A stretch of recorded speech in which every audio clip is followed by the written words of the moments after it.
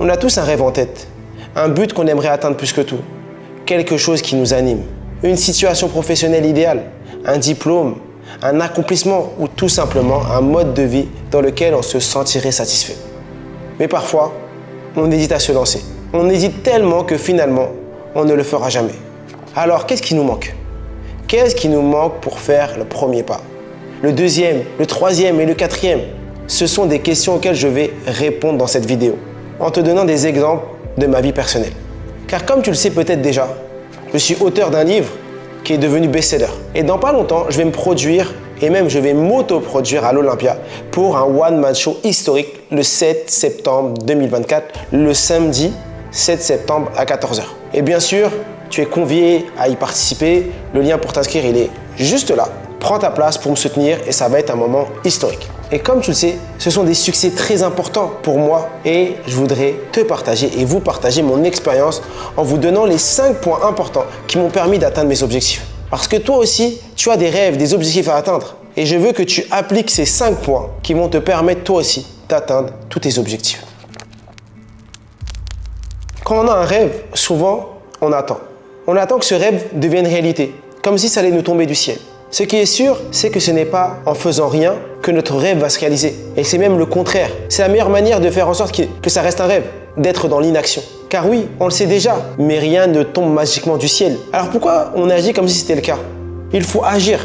Et pour cela, il faut de l'audace, du culot. Si tu t'intéresses à la vie des personnes les plus inspirantes qui ont accompli les plus grandes choses autour de toi, tu verras sûrement qu'ils ont fait preuve de culot à un moment de leur vie. À un moment, ils n'étaient personne. Ils ont osé faire quelque chose qui a fait d'eux quelqu'un. Ils ont fait preuve d'audace. Et je vais te raconter l'histoire qui me permet aujourd'hui de m'autoproduire à l'Olympia. On était fin 2021. Il y avait encore le Covid.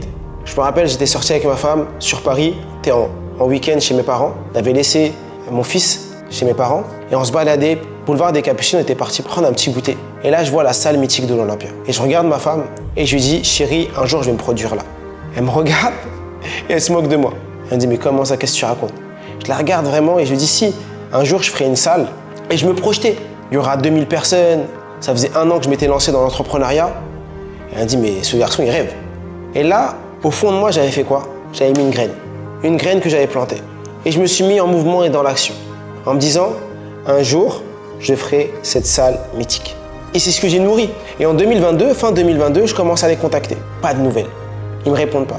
Toute l'année 2023, on les contacte régulièrement, par mail, on les appelle, on demande la procédure pour pouvoir se produire. On me demande si j'ai un producteur, si j'ai des personnes qui m'accompagnent, qui va financer l'Olympia. Et je leur dis, mais j'ai personne, je fais tout seul. Et on les harcèle, on continue. Toute l'année 2022 et début 2023, c'est comme ça. Et surtout, ce que j'ai fait, c'est que j'ai demandé conseil à tous mes contacts. J'ai demandé à des personnes qui avaient déjà travaillé avec eux comment faire. Je ne suis pas resté bloqué en me disant ils m'ont dit non une fois, ils m'ont dit non 2 fois, on passe à autre chose. Non, j'y suis allé jusqu'au bout. Jusqu'au jour, après près d'1 an d'aller-retour. Ils acceptent de nous répondre. Et là, ils nous disent ok, le 7 septembre, ce sera une réussite quoi qu'il se passe. Et mets-moi en commentaire si tu seras là et avec qui tu vas venir, ça va être un moment extraordinaire. Et je vous le dis, pour la personne que j'étais, il fallait vraiment que j'ai beaucoup de culot pour tester ça, juste les contacter et leur dire je suis personne et je veux faire l'Olympia. Juste ça, beaucoup de personnes ne l'auraient même pas essayé. Et ça veut dire que toi aussi, si tu as un rêve, tu peux le faire. Le deuxième point, c'est la préparation. Une des grosses erreurs que les gens font, c'est de penser que c'est toujours plus facile pour ceux qui ont réussi. Eh bien, je vais te dire que c'est strictement faux. De manière générale, on part tous avec les mêmes chances. Écrire un livre n'était pas plus simple pour moi que ce l'est pour toi peut-être qui m'écoute. Et je te le dis, je suis dyslexique. Pour moi, écrire un livre, ça a été très dur même. Mais pourtant, je l'ai fait. Pour moi, l'Olympia, c'est pareil. Il y a quelques années, j'étais un simple salarié. Je partais le matin au bureau avec mon sac. Je rentrais le soir, j'allais récupérer mon fils chez la nounou. Et j'avais ce rythme métro-boulot-dodo. J'habitais à Paris, je prenais la ligne 13. J'étais dans cette routine. J'avais rien de spécial. Mais j'ai dû me préparer à apprendre. Et bien sûr, pour l'Olympia, je suis parti d'une feuille blanche. J'ai jamais fait de spectacle, jamais fait de one-man show. Et j'ai dû inventer un tout nouveau concept pour ce moment exceptionnel dans la mythique salle de l'Olympia. Et donc, bien sûr qu'il va falloir préparer tout ça. Quand j'ai eu le go, Je partais de la feuille blanche et je me suis dit, maintenant comment tu fais? Comment tu fais pour la sono? Comment tu fais pour la lumière? Comment tu fais pour juste écrire un spectacle? Comment tu fais pour ramener 2000 personnes dans une salle? Et il y a tellement de choses qui sont commencées à arriver. On dit, mais il y a tellement de trucs que je dois préparer. Et j'ai commencé à tout lister de manière exhaustive. Et ensuite, il n'y a aucune honte à demander de l'aide. Parce que les gens pensent qu'ils doivent tout faire tout seuls. Et c'est strictement faux. La préparation passe par ça. Une fois que j'ai tout listé, je me suis dit, ça, je ne sais pas faire, à qui je vais demander de l'aide? Ah, j'ai pris une personne qui s'occupe uniquement de l'organisation, la partie événementielle. Je lui ai demandé de gérer et de trouver la personne qui s'occupera de la sono, de la lumière, des musiques. J'ai fait en sorte de déléguer un maximum de choses aux personnes les plus compétentes. Et ensuite, je me suis arrêté et je me suis dit maintenant, il va falloir préparer le spectacle. Qu'est-ce que je vais mettre à l'intérieur? Quel est le contenu que j'ai envie de mettre? Et également de manière exhaustive. Ce qu'il faut se dire, c'est que moi, j'avais jamais fait de spectacle, je ne suis pas humoriste. Donc je me suis dit, quel est le meilleur moyen d'apprendre? C'est de modéliser. Donc j'ai commencé à aller dans des salles où il y a des one-man shows. Regarder comment les gens font, comment les gens interagissent avec les autres. C'est-à-dire que tu peux partir de la feuille blanche et apprendre à apprendre, et c'est ce que j'enseigne. Si moi, je suis parti de zéro et j'ai appris comment écrire un livre, que j'ai appris comment produire un spectacle, j'ai envie de dire que tout le monde peut le faire. Parce que quand tu pars de zéro, mais que tu as les bonnes manières d'apprendre, bah là, j'ai utilisé quoi? J'ai utilisé mon intelligence interpersonnelle, la connexion à l'autre.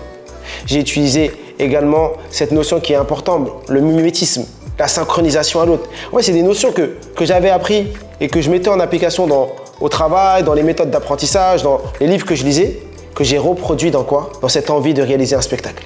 C'est-à-dire que dès que tu as ces outils-là, ils peuvent te servir tout le temps, dans toutes les configurations. C'est ça que tu dois avoir. C'est une boîte à outils et qui te permet de repartir de zéro quand tu as envie. Et une fois que tu as cette boîte à outils, que tu es reparti de zéro, que tu as tout préparé, je te ramène au troisième point, qui est l'entraînement. Parce que oui, tu as tout préparé, mais il va falloir t'entraîner. Tu ne vas pas sauter dans l'eau si tu ne sais pas nager.